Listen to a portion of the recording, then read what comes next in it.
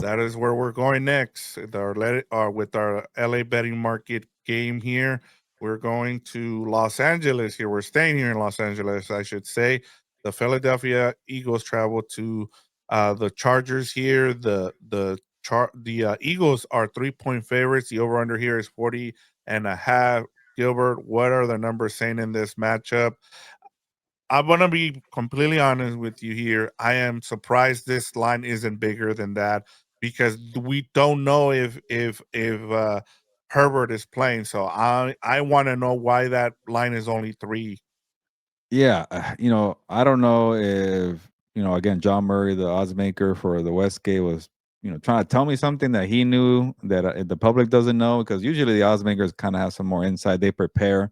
They also shift the line just in case something happens. They like to be ahead of it. So I think this line is more reflective of Trey Lance probably playing, or Justin Herbert not being 100%. So that's why they are +3. But which tells me, like, Philadelphia probably might have been the dog here if Herbert was healthy. Like, so people are losing faith in Philadelphia. It's just a thing to me. It's like, John kept saying it seems like Trey Lance is going to play. Trey Lance, and then all you hear from the Chargers is like, no, Herbert's going to try his best to play. Herbert's going to try his best to play. So, like, I'm just gonna put it out there. Don't be shocked if they do a switch come Saturday, saying no, they're gonna play it safe. They'd rather go with Trey Lance, and it happens a lot, especially for Monday night games. Like, and it's a competitive advantage. Like, you don't want to say what you're really thinking until Philly. Yeah, we're gonna go with Trey Lance the whole week. Like, no, make them think it's a good shot for Herbert. Herbert spoke to the media. Harbaugh saying everything. So I could be wrong, but I'm starting to get the sense that we might see Trey Lance out there on Monday. The odds makers are protecting themselves by going +3. Chargers, a home team, against an Eagles team that's out of sorts offensively. They just got destroyed against the run, and I know there's no maybe there'll be Omar Hampton. I don't know yet, but they ran the football pretty well a week ago, regardless. So this probably could have been a pick'em game. Maybe Chargers -3 or -2.5 if Herbert was healthy, but I'm getting a sense that he's not really that healthy, and they might protect him to give him 1 week to get his hand adjusted. But he's a gamer. He's tough, so I could definitely could be wrong on my hunch here or my guess here. But why would it be so wrong to play Trey Lance either? Like, run the damn football. You just saw what the Bears did to Philly here.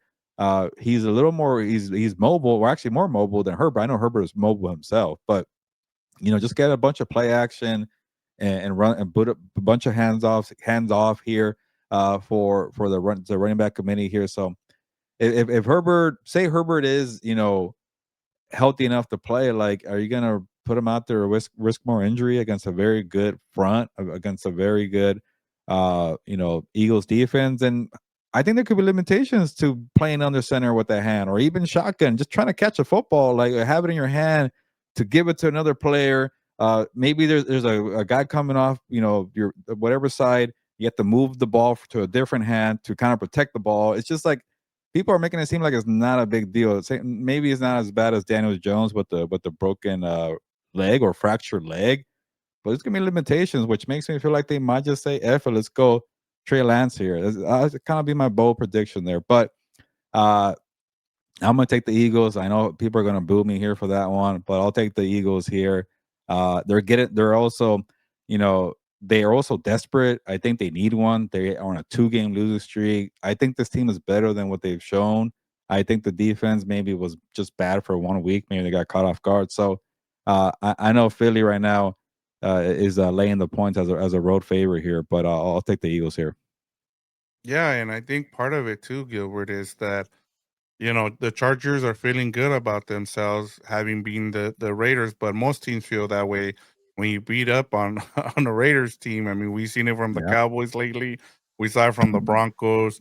But I think the narrative here is the fact that everybody's kind of jumping, out from the Eagles bandwagon, which is kind of surprising. I get it, like their fan base is super, volatile, where if things are bad, things are really bad. And you've seen it where Kevin Patullo and that offense has been terrible. And I get it. They haven't been able to run the ball with Saquon Barkley. And as you mentioned, like, then they start trying to get the ball to AJ Brown, and they've lost now 2 in a row. And so there's no, and then even the defense now kind of got exposed, being able to, teams being able to run on them. And I just think, like, eventually the it's either they're gonna put it together, or we're gonna get the same team we saw from 2 years ago, where they just are like, hey, we're not gonna change anything about us, and we're gonna go down with the ship. And so it just feels like the talent is there to be able to, like, hey, if we need to reach for it, let's go and get it. And I just the thing is with the Chargers, they're so beat up. That offensive line is still really bad. They did That's another one where, talk about, just being, hard headed and not changing their center, not changing things around on that offensive line. I know Charger fans are upset because they just refuse to change dudes in that offensive line too. So I uh, I'm with you. It just feels like if you putting Herbert out there, it just tells you how desperate things are right now, that the Chargers are, because they know that schedule down the stretch is hard, and they know they need wins. And so if Herbert's out there, that just tells me that they're super desperate for wins, because they know that the rest of the way is tough. If you go with Trey Lance, then it tells you, hey, we like what we have in this team, and we feel okay with Trey Lance out there. So that to me is the narrative. But I'm with you. I'm going with the Eagles here at -3. Let me have we have a couple more here. Delbert says, at the general statement for this time of the season, which teams will lose first and jeopardize their playoff chances down to the wire. Gotta love it. So that's to the point. Like, at what point are you? Hey, do we go all in here with Herbert, or do we jeopardize the rest of our season? And then Gerardo says the Eagles offense is trash. I'm sure Mincher can figure out a way to stop them. I think this game is going to go on the Chargers offense. So, yeah, there you go. We'll see. I don't Let's know. I just think the one hand thing is going to be an issue, but we'll find out. Yeah, we'll find out. I think, we'll talk more about it on Monday. Whether it's the post game show or with What's Up Bulls, but I'm intrigued by this game. It'll be interesting. These are two teams that really need a win in this game. And so uh, we're gonna find out where both of them are come Monday night. All right, Gilbert. Let's get to our Super Dog contest. Week 14 pick. Gilbert, you killed it last week with that uh Bears in a good way. I mean, you did really well. You got your Super Dog contest pick. You went 4-1 on your best bet. So as you talked about it in your introduction here of the show, you did really well. What do you got for us this week? And if you want to explain for people what we do here with our Super Dog contest, week 14 pick. Yeah, we bet on an underdog that is getting spotted at least 4.5 points or more. We tend to go over that, like 5.5 and above. That's kind of the okay, look yourself in the mirror line. Even though these are all dogs, like it's okay, but we just haven't been going 4.5. We go over that. Last Yep. week I got the Bears, who were getting spot 6.5 points, and they won outright. So that was 10 points for me. If they cover, it's 5 points. If it's a push, you get 1 point. So yeah, the dogs were barking last week for me, and they came through, which is good because I usually go with the teams with the plus sign. So that paid off for me in a big way here. And yeah, let's get to it here, and I'll be quick with mine. Uh, yeah, for my super dog this week, I'm going with the Bengals plus 5.5 versus the Buffalo Bills here. I just can't trust the Bills off of one game. I know they beat up on the Steelers, but what does that mean? This team, I'm not forgetting how they got beat up by Houston. I'm not forgetting how they lost to Miami and barely couldn't beat Miami into the fourth quarter of the first game, and they couldn't cover in that game. Is what I was trying to say.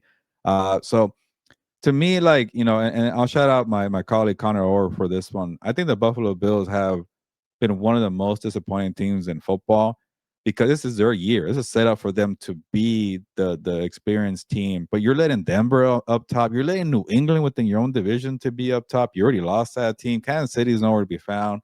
Lamar Jackson's not the same quarterback this year, and they also didn't have a tough schedule. That's what you get for playing in the AFC East. You're supposed to get a cupcake, and they're not Hmm. winning these games. So to me, I could definitely see how everybody's back on the Bills because they beat the Steelers. But to me, I was impressed with Joe Burrow. I know he was a little shaky in the first half, but that's because he didn't have T Higgins and had to rely more on his young receivers who weren't on the same page. And I'm like, this guy came to play right away. And in the second half took over. So to me, maybe the Bills don't. Maybe the Bills win and the Bengals don't win. But I could see a close game here. Two good quarterbacks going at it. Why not? Give me plus 5.5 Bengals. Yeah, we're gonna be on opposite side on this game. I'll talk about it when I get to my best bets here. I'll keep it quick with mine, Gilbert. We talked about it earlier. I like the Bears in this, so I'm gonna make it my super dog this week. I'm the lone wolf on our picks. Usually, when one of us goes with a lone wolf, we usually do well with our picks. So I'm gonna write the Bears here. I feel like I already talked about why, and so it was just an easy. I thought you were gonna take them here, but I understand you. You're gonna have them as one of your best bets. So I like where we're at here, but at least we agree on this one, which kind of I'm like, man, maybe it's a bad thing that we both agree. We usually do better when we're on the opposite side of things. So yeah. Well, if it makes you And feel bad, I don't think they win this game, and that's why I couldn't put them in yeah, my. Like, I want to get greedy. I think the Bengals could yeah. beat the Bills. Hey, especially after the week you had last week, and talking about that, now you're at 146 points to my 137. I mean, you went 4-1, plus you picked up those 10 points on that super dog. So I think you cleared 23 points last week because Freaking of it. Browns! So That could have been perfect. that's crazy, man. Like that's how this game can flip. And we have what, a couple weeks left. So it's getting it's gonna go down to the wire to see. Last year I was able to beat you, but yeah, this one it's gonna be close till the end, Gilbert. So Yep. let's get to our betting locks of the week here. Let's start off with your bets for week 14. What do you got for us, Gilbert? Yeah, and just for the game, how we're playing here, the Yes. point scale, it's 5 points for the first one, 4 points for the next, 3 points, and so on. So for my 5 pointer, I already talked about this one. It seems like easy money, and I checked to see if it's something wrong here, any red flags that I should be looking at. No, the coast is clear. Go Texans plus 3.5 versus the Chiefs. I'm taking them. I don't care. Okay, number 4. This one is a sneaky play. I think the Vikings are just really bad. They can't figure out their quarterback situation. I like the way the Commanders show hard against Bo Nix and those Broncos. People like the Broncos here, right? So Mhm. Mariota, I think it was decent enough. I think they'll keep it close here. Commanders plus 2.5. This Kevin O'Connell, coaching wizard thing you people have been waiting for. He's gonna get it. He's gonna figure it out. It's not happening this year. So give me the Commanders. 3. Yeah, this one I already touched on. I think the Lions -3, mostly because everybody's on the Cowboys. I'm gonna go the other way. Okay. Number 2. This one I really like because I don't like Kirk Cousins at all. There might not be no Drake London, like I mentioned in that Jets Falcons game. It's pretty much 1 against 11. Bijan's doing all the work, and now you're playing it like this is not the Jets. This is the Seahawks here. So I'm expecting like a 30-point beatdown or maybe like 20. I don't know. Seahawks -7 here. Yeah, I'm kind of indifferent from this matchup because I have both of them in my wins. So I'm like, whoever wins this game, I get a win. So I'm good there. All right, you're number 1. Yeah. So I couldn't find another bet I really liked, and like I mentioned, I do like the number. Like if it would have been -5.5 Packers, I probably would have taken the Packers here, but I don't like to have that many minuses in my top five. So it's plus 6.5. Giving the Bears here for 1 point. I'm not that confident in it. You're much confident in that one, but I'll take them here for the points. Yeah, and we'll get to Brian's question there. I want to get to it. Let me go quick here with my 5 bets. I like the Bills. And I know what you said, that they're the one of the most disappointing teams. You're right. But I feel like they finally found something, Gilbert. Like, I know there's been talk about Brady perhaps losing his job, the offensive coordinator there, just because we saw what happened a couple years ago with the former offensive coordinator there. But it seems like they find the running game. Like if you're able, like And what's crazy is that they refused to. They didn't want to pay. Is it Cooks or Cook? Is it Cook? James Cook, yeah. James Cook. They didn't want to pay him at the beginning or of the offseason. They finally ended up paying him. And it's honestly been like when they commit to James Cook and running the ball, which they did against the Steelers, they win games. It's like it's either Allen or Cooks. And it just feels like you need to run the ball. And if you're able, you finally found your identity for this season, then stick to it and you can beat the Bengals here. And so I'm gonna keep rolling. They got me the 5 points last week, so I'm that kind of person where if you show me that you're finally figured something out, then I'm gonna roll with you, especially when it comes to the It's the betting thing with angle that, of Vic, this. is like they always go back and forth. Josh Allen Yes, hero, run the football. Josh Allen hero, run the football. They have not figured out what they want to do. There's no commitment to it, and I'm not gonna fall yep, for 1 week. So I get the Bengals are the Bengals and they suck, yep, but I just like the points there a lot. It's just this Bills team. There's a reason why they can't get over the hump, and they just don't have the coaching. It's kind of yeah. plain and simple sometimes, you know. But I get it here. We'll be different here. Yeah, that's fine. I'm going here with the Eagles -3. I really like I said, I don't understand why this line isn't bigger than this. So you're giving me 3 points here against the Chargers. Like I said, I think it's going to be Trey Lance, but I could be wrong. Even if it's Herbert, I just think the Eagles, like, they have the talent. They're the most talented team in the league. The coaching just isn't there right now. But like I said, I think the narrative, everybody's gonna jump off the bandwagon here with the Eagles. So I'm gonna take the Eagles here. My number two is the Texans here is +3.5. We already talked about why we like the Texans in this game. My number two is the Browns 4.5. The Titans are just done. Like, they packed it in. They want to get the number one pick. They want to trade that number one pick to get even more picks. So continue to tank here if you're the Titans. And then the Browns, they just need something. They wanna get some wins for Kevin Stefanski so he doesn't get fired. So I like them at home. They play much better. And then my number one, I'm taking a chance here with the Jaguars at +1.5 here against the Colts. I know they've been up and down, but it just feels like they might have found something. Even with Trevor Lawrence throwing the ball away here, having three interceptions against the Cardinals. He comes back and he plays well against the Time last week. I just feel like they're gonna make the playoffs. I know nobody wants to see them in the playoffs, but at this point, that's just what it's looking like. Gilbert, I don't know if you have any of those. If you have any Yeah. comments of any of those before we move Honestly, on. I don't like the Browns one because the Browns ones should not be a favorite against anybody like that. But like honestly, if it wasn't if I was looking at this blindly and I didn't see the team and I'm like it would if it was any other team besides Tennessee, I would have taken the other team because you cannot lay four and a Yep, half against I'm with for you. Cleveland.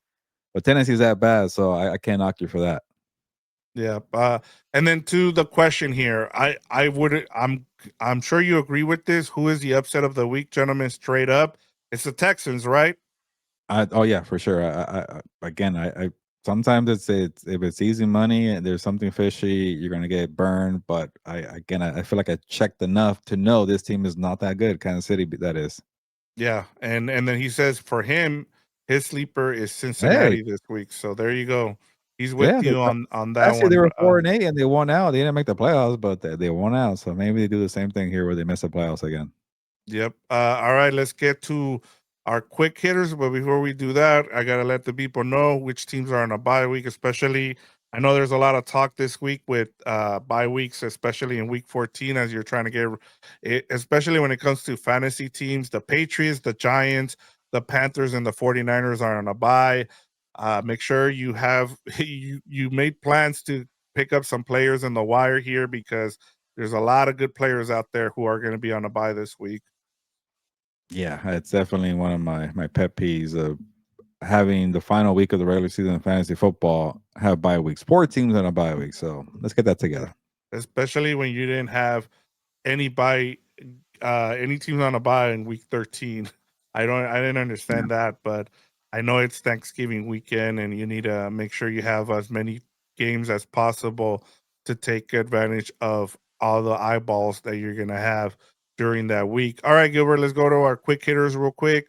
Miami Dolphins at the New York Giants. Who do you got here? This is a tough one. Two teams that were bad or not, they are now playing better. Mike McDaniel, Aaron Glenn, they have something. So I'll just take the home team. Give me the Jets plus 2.5. All right. I would take the Jets at home as well.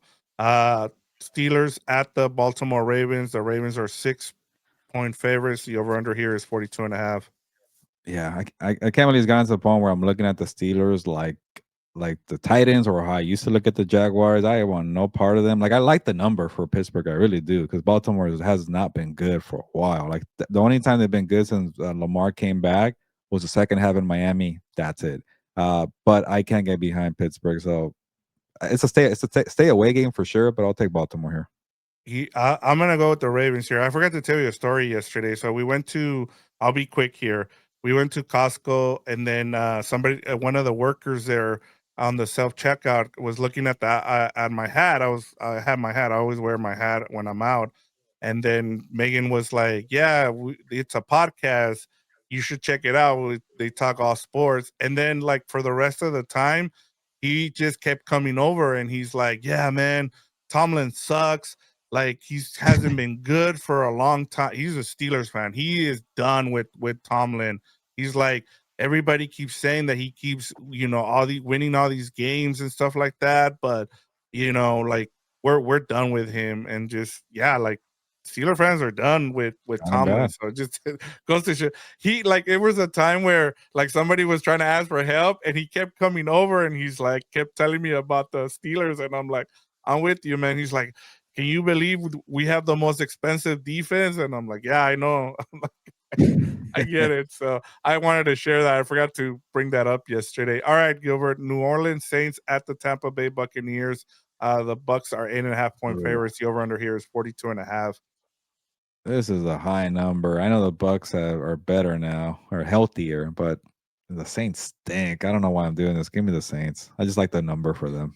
Man, they cost me a win last week. The Saints did with all their crap at the end there, and I'm just staying away from this game. But I like the Tampa Bay Buccaneers to win this game, though. Yeah, for Last sure. game of the week, the most boring game out there is the Broncos at the Raiders. The Broncos are 7.5-point favorites. The over under here is 40 and a half. Yeah, I always ask the odds makers, what's the liability game of the week? What's the one you're going to be sweating? The one that you feel like the public's gonna, just take all your money. And he said this one, like, and it's gotten to the Yeah. point where Raider fans who tend to support are out. Like they're done with this team. They're not going to support. It's all Denver money. And he said, I have no faith in the Raiders to cover this line here. We're probably going to lose a bunch of money on this game. So yeah, I'll. It's just Denver is hard to cover to this big line, especially what they just did to Washington. But it's the Raiders. Give me Denver here. It's a really high number. I rather stay away, but just for the sake of picking something, I'll go Denver. I'm with you on Denver, but Fernando did say that he thinks the Raiders are beating the Broncos in this game. So I want to Well, make last sure time we he put said it I'll out keep it there. close, and he was right. So maybe he's right here again. Yeah, and he's been hitting on a lot of his. Even though he's not on the show here, he has mentioned some of those upsets. So keep an eye on this one. If it's an upset here by the Raiders, we got to give Fernando his due here. That's a good question. Shula to Buffalo. Do you see that, Chris Shula? Perhaps if No, they because Josh Allen has been with a defensive minded coach and Sean McDermott, and they have not gotten the job done. They're gonna go offense all day for sure. Yeah, and we'll talk more about this. I do want to, we'll talk about some of the candidates out there. From what I'm hearing, it's kind of like the quarterbacks coming out of college this year.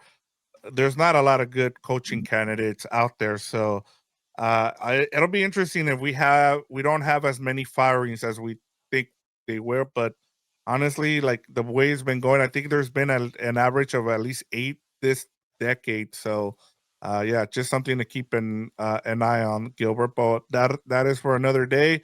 That takes care of all the games, Gilbert. Yeah, like great job here with we'll keep an eye on some of these games. I know the Bears and Packers is a big one, but I think for week 14 we got a good games and hopefully we can keep going. I mean, Thanksgiving was probably the best week of football we've had so far. So, especially with you and your success that you had last week, maybe we see more dogs barking out there. Yeah, hopefully there was some good competitive games, and that's something we've been waiting for the NFL. But all right, time to get going here. I appreciate everybody joining the show here. We haven't been doing it live, and now I'm glad that we're doing it live because we saw all these comments here. So thank you for joining us. Uh, and then Angel said, if Fernando hits on the Raiders, you better have his ass on the next show. And hopefully he has what's up bolts for you this week. I don't know when that is, but stay locked in for House of Horns in about 10 minutes here. So Rams against Cardinals. So we'll talk about that. But thank you for joining the show here and check out everything we're doing on Compas on the Beat. We got a bunch of videos uploading from the interview with Eric D. Williams. So check that out. So yeah, no update on what's up, Bo to Angel. He pretty much said he's gonna try to get Eric on the show and do something. So I would think maybe Thursday, but we'll try to find out. But We will time be to get going on. here. Yeah, we will be on post game show. Sorry, I just wanted to make sure that update we can Yeah, tell you. we'll do like a post game show, but I don't know about a preview. But Fernando sounded like he's going to commit to it. It's also he has time. It's a Monday Night Football game, so let's get out of here. See some people in a bit for House of Horns. Check out everything we're doing at Copas on the Beat. Time to get going. Nos vamos, pues, vámonos.